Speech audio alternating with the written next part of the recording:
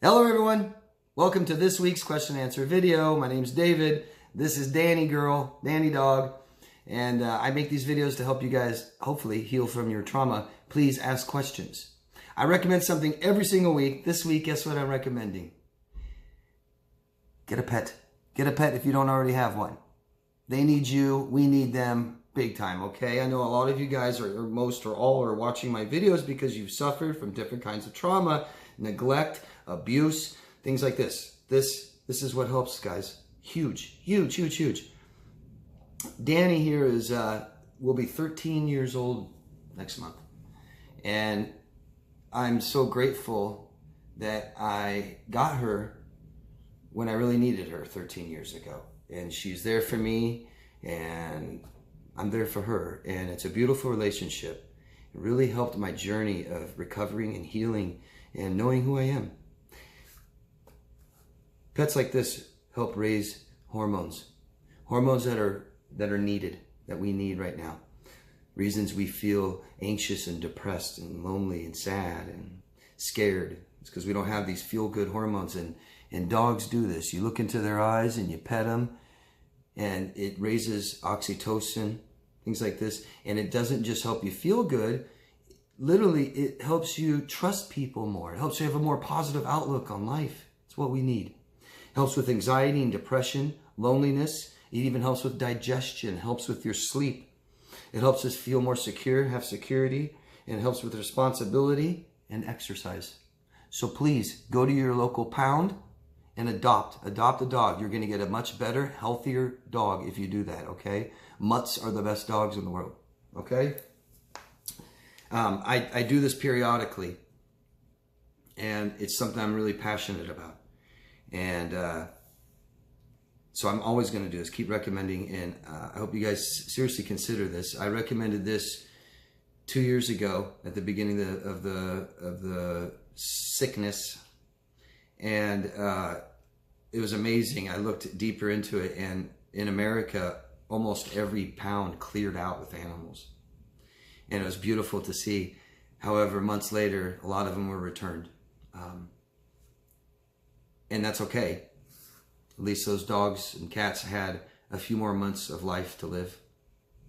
And they really need us now, and we really need them now. I think that unwanted pets are all of our responsibility as a society, and we need to be better at that. So please consider adopting a pet instead of, going to a breeder or something like this to keep perpetuating more dogs. And always make sure your dogs are fixed, spayed and neutered. Thank you. That's it, guys. Let's get into the questions. They're great, as always. First one from, I hope I'm pronouncing your name right, Demi, like Demi Moore. Don't know where you're from. Tell us where you guys are from, please. Let us know your locations. That's all I ask. Thanks. Hi, David. Thank you for sharing. I'm from Ohio. You did, Demi. Thank you. I hope I'm saying your name right. I hope it's not Demi. I've been struggling trying to disconnect, block the narcissist. I'm being given the silent treatment for over 4 months. I feel worthless, sad, anger. This person ignores my text messages. My question to you is, why do narcissists give you the silent treatment and treat you like you don't exist? To answer your question, okay, he's not like you. That's why you can't understand him very well, okay? And let's ask you, I don't know how old you are, how many pairs of shoes have you owned in your life? And I'm guessing you've thrown at least 10 pairs of shoes away. You may not even remember all of them. How did you feel after you threw them away? Did you feel bad? Do you miss them? So this person must not care about people. Lacks empathy, therefore no remorse. Doesn't value who you are, probably doesn't even know or care who you are. It's only what you are and what you provide for this person. And this person is getting it somewhere else, or it's too much to deal with you to get it. I don't know. Most importantly, I'm terribly, terribly sorry. I'm so sorry. This is so sad to see that someone has, just treated you like an object and threw you away, and you keep trying to have this person in your life. It goes to show how we feel about ourselves, okay? So we need help, and we all need help in our lives. So please get that help, because we really need support so that we make better choices and get out of this and don't keep repeating this. Because what I see here and what concerns me the most for you is that you might take him back, that this may continue, could be for years. And he may be dating somebody else right now, and that relationship will never work. And when he's done with that, he'll come back to you and he'll keep hurting you and damaging you. So please get some support, okay? Get help, hire it. Support, number one. And the best is the support that we hire, better than friends and family, because they can be there for you and listen to you, but we need help. There's something wrong here that we don't know, that we are worthy of better. Okay? I'm sorry. Keep asking questions though. Please let me know what you think about what I said. Good luck. Jennifer from United Kingdom. Hi, Jennifer. They are not able to love or feel empathy. No contact. Oh, I'm sorry, you were replying to Demi. And I wrote here, I said, thank you, Demi. Short answer. Because you wait. People do things to you repeatedly. There must be something that we are not doing to stop it, that we're accepting it, we're opening the door, and that's not your fault. Everything this person has done to you, back to you, Demi.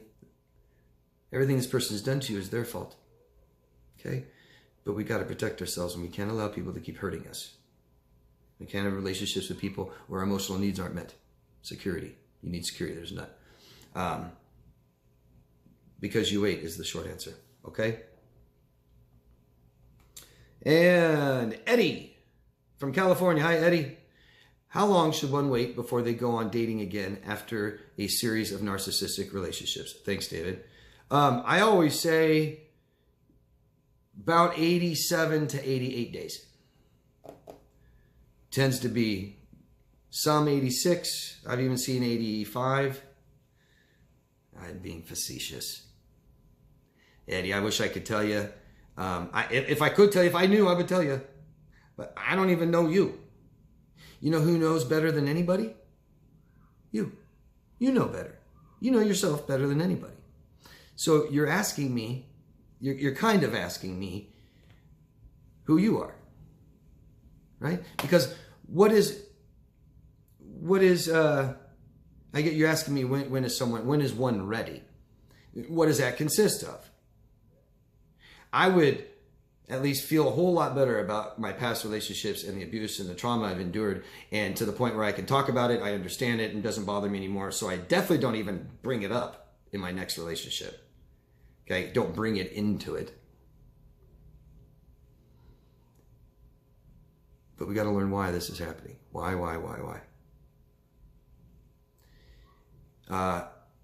The one reason why time isn't the only factor that you need to heal from this is because the most important thing in our lives is emotional, and it's what we need so that we feel better. So when people say, oh, well, time helps you heal and feel better, not really. Because what if I went and hid out in the woods? How long would it take till I felt all better? You're not. There's no one there to feel better. You have emotional needs. The most important thing in your life. You don't have them, you don't feel better. You see? I hope I'm making sense. Lots to learn. You have a lot to learn, Eddie. There is no time. Everybody's different. Not only does everybody react differently to this, and everybody recovers differently. And it's not just about time. It's about what are you doing? What have you done, Eddie? Okay?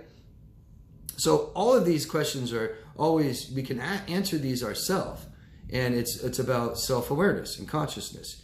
If I know when I'm ready, and no one else can tell me that, but I know when I'm ready because I know I'm ready to date again, maybe because I'm not really getting what I need in the relationships I have now, right?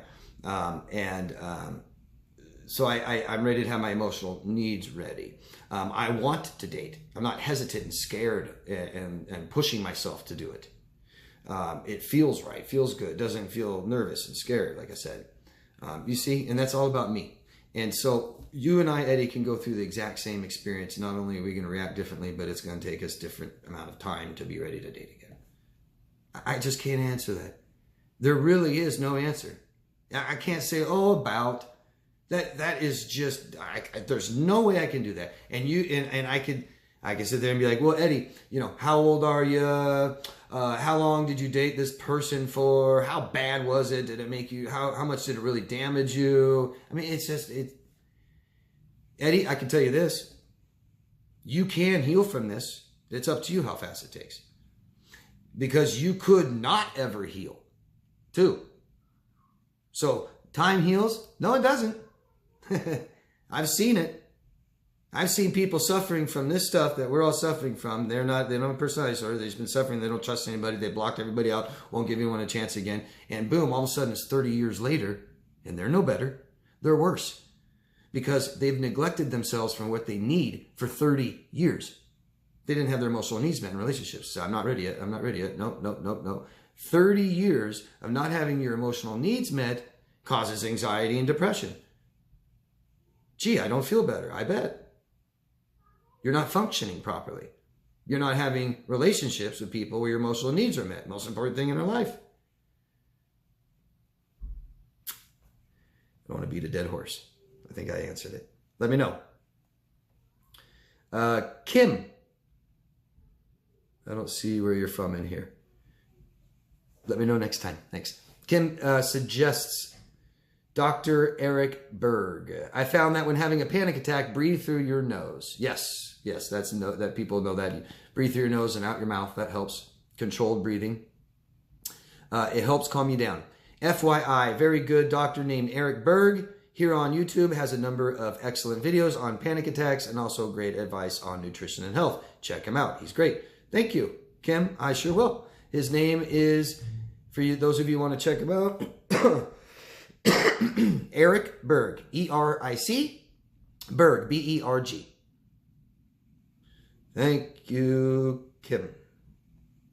Melissa, don't know where you're from. Let us know your location next time. Thank you. 3 days ago, my ex came to my pharmacy. He took a number and waited in the line right in front of me, right in front of my desk. I acted like I didn't see him at all, so my friend called up his number. He had a fresh haircut and was dressed nicely. He was proud to have me, the image thing, but isn't around doing things like before. Did he want to hoover, or was he just checking up on me? God, it's so creepy, isn't it? Can you see how he doesn't understand you or know you? He doesn't have empathy. So it seems like not much remorse for what he did to you. Doesn't really have a clue how you'd feel. I mean, just completely drags you through the dirt. I'm just saying, let's say he just completely drags you through the dirt, ruins your life, makes you lose your job, your home, your family, your friends, you're suicidal, you have eating disorders. I mean, imagine this, right? All quick. And he has no clue how you feel. I don't know. Looking at you like, you mad at me? Has no clue. Just concerned about what he wants. Can't make himself feel better. Doesn't make very good decisions or choices, is he? That means he's extremely unstable because he's not feeling very well. And he can't say, oh, it'll be okay. Go do something healthy. Take care of yourself. No, I need Melissa. Melissa has always been there for me. I need her. Codependency. I couldn't tell you much. I don't know him, right? Did he want to hoover? I don't know. Sounds like he's pretty messed up. Has no clue who he is. Totally unstable. Totally impulsive. You could ask him questions about himself and you're going to get zero accuracy. So it'd be pointless to talk to him about it. He won't. He doesn't know. I'm sorry. If you don't like it, put a stop to it. Have your friend that helped him tell him to get the hell out next time. Really. That's your self-worth. Because the victim mentality is, oh, if I tell him that, then he'll think I'm hurting, and then he'll think that he's above me. God, get that out of your head, guys. He's no longer in your life. It's just you, and you need to take care of yourself because nobody else will, and I don't like it when he comes in my work and bothers me, so tell him to get the hell out. That's your self-worth. Just went up. Then he doesn't come in again. You don't have to feel so bad again, see? Emily from South Africa. Hi, Emily. There was someone at the restaurant, and his wife and kids kept disrespecting and ignoring him. How do you find balance between where people walk over you or where you are a tyrant? How do you act so that people treat you with respect, but you do it in a good way? What are the effects of prolonged isolation? I have difficulty remembering things and things that happened a day ago, and naming or articulating or describing things or ideas in words, probably trauma related. It feels like a weird kind of confusion. Also, I have been to the therapist for a first session. She seemed nice, going to do the things the next time. Yeah, good, Emily. And I've answered all these questions in recent videos. So please keep watching. And so there's like 3 questions in here. How do you keep the balance from having boundaries, right? Telling someone to stop, you know, and you don't want to let them walk all over you, and you want to be an over the top tyrant. And this is where we are at when we weren't taught how to have boundaries, how to communicate where I'm comfortable at, and not having the self-worth to just say it and ask for it, right? So here we go, okay? Real important. Remember that value list that I hope you wrote by now, because I talk about it in so many videos, Emily? Write down the things that you value in your life the most. Write down what people must value to be in your life, okay? And I hope on this list, you can have money and sex and cars and all that. The list can be really long. I hope those things are down here more, and up here, we have moral values, okay?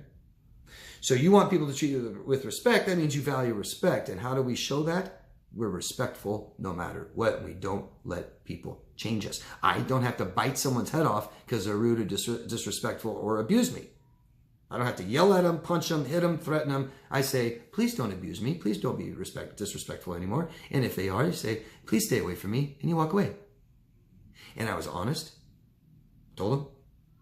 And I asked for what I want because I'm worthy of it. And I stayed true to what I value, respect. Okay? It's that simple. And this takes time. What are the effects of prolonged isolation? Anxiety and depression, to say one. It can lead to disease. We have evolved over thousands and thousands of years. And we've only done it by having relationships, having society and groups of people that help us live and protect us. Without it, it's the worst thing in the world. It's the worst thing that we all fear. Not just being alone in your room, being rejected from entire society. We need it more than anything. It's more important to us than oxygen, food, shelter, water. So we're dying. How's that? What are the effects? We are dying. Dying until it kills us. Disease. Number 1 cause of disease, stress. Number 1 source of stress is relationships. Without any, it's the same as being tortured and abused. Hope I answered that. Let me know what you think. And you had another question. Yeah, I've talked all about this, and I've detailed exactly what's happening in the brain. You have never felt calm, secure, and safe, Emily, emotionally. Parents never reassured you everything's going to be okay. I love you no matter what, Emily. Okay? So this has made your brain on high alert, and it sends out these chemicals, stress chemicals, that helps us be very, very good at being able to see better, hear better, feel better, react better, quicker, stronger, right? Adrenaline is one of them. There's many. These chemicals work really well when we stay on high alert, and it's great. Prolonged effects, anxiety, depression, confusion, loss of memory, attention span, and focus. Okay? I've given supplements that you can take to help you with this, but we have to get away from the source, and in time, you'll heal. Your brain will calm down. Okay, Emily? Thank you. Emma! I think you're from Sweden, right? Oh, I hope so. About sexual harassment as a child. What can you say about that, David? Could you make a video on that, please? In my own perspective, it's about having no boundaries. They don't understand what's okay and not okay. I can't write as much as I want to about this, but this is a strong argument on why we need boundaries. Sorry if I spell wrong. Yeah, absolutely. Sexual abuse as a child. Being sexually abused. Sexually abusing children. I could go on and on about this. I've studied it a lot when I used to study psychopaths. And we are literally taking all control from children, the adults that do this. you're just stealing every ounce of control a child, the little control they even may have. So they're completely out of control. It just kills all self-worth, shame. When you grow up like this, you're 70-something% more likely to be raped as an adult. Not worthy of better. It's how I normally react. This is normal. It's so bad that we can dissociate, which most children tend to do to some degree. Dissociate because it's so traumatizing to even just be exposed or touched. That you could be 27 years old and on a date, first date, and a man is driving you home to drop you off, if you're a female, just say, and he puts his hand on your leg. That's not inappropriate, is it? For on a date, puts a hand on the leg, just kind of testing you where you're at, right? And you could say no. No, thank you. Someone that's been abused enough and traumatized enough, sexually enough, they may just slip into dissociation immediately. Don't say anything. And the man keeps going. And then here we are afterwards. She may claim she was raped. Was she? Maybe. Maybe not. So freaking damaging, it's not even funny. I mean, to just rob a child of their life at 5, 7. That's it, your life, that's it. It's sad. I can go on. If you have more specific questions, Emma, please ask. If you want me to do a video on that, I can. Just maybe give me some more specifics that you're looking for. Thanks, Emma. Babo from Bosnia. Hi, Babo. My question is, if narcissists are not able to have an intimate or any kind of relationship with other people, how do they manage to be married for a long time? Well, they can have relationships. I'm not saying they can't have a relationship. They don't want to be alone, so they have people in their life. They're just not functioning. They're not loving. They're not growing. That's all. And they typically don't like intimacy too much. How do they marry for a long time? They just stay in a stagnant, dysfunctional, non-growing marriage. Lots of them out there. And it doesn't have to be, and either one doesn't have to be a narcissist. I think, what's divorce rate? 50%? Oof. So you got 50%, you got half that are getting divorced. What about the other half? Just aren't getting a divorce? I mean, right? I'm not a pessimist. The idea of marriage is beautiful. I encourage people to get married. So they just stay, it's codependency. It's codependency, it's losing yourself. I'm not worthy of better. I need this person. That's how. Not hard. It's just, how long did you do it for? Some people just do it longer. Cheating, external, outside marital relationships, things like that probably help. And I don't mean help the relationship. I just mean help a narcissist stay in one longer. And Emily says, from South Africa, Emily again, because narcissists rejected their authentic child self, would that mean that they refuse you to develop yourself? Well, we aren't fully very developed if we're dating underdeveloped children, right? Because our parents didn't help us develop. We still need to. Never too late. Never. But they don't care who you are. So you don't get to express yourself. Matter of fact, we lose ourselves, right? Remember the 5 basic parts of who we are? Do they care how you feel? Nope. Feels horrible. Don't want to make it better. What do you do about that? You don't fix it. We numb it. You don't get what your emotional needs met at all. What do you do about it? Do you have them met? Nope, you just say, oh well. Do you get what you want? Nope, you just say, screw it. You value respect, honesty, integrity, self-respect, things like this, I hope, right? Any of those in your relationship with a narcissist? Nope, gone. Opinion, they don't value, gone. Lost yourself. Poof. And that's how you stay married forever. For another way. And I hope I answered your question, Emily. Please let me know. Thanks. Jennifer, again, David, can narcs fear death? Of course. Of course.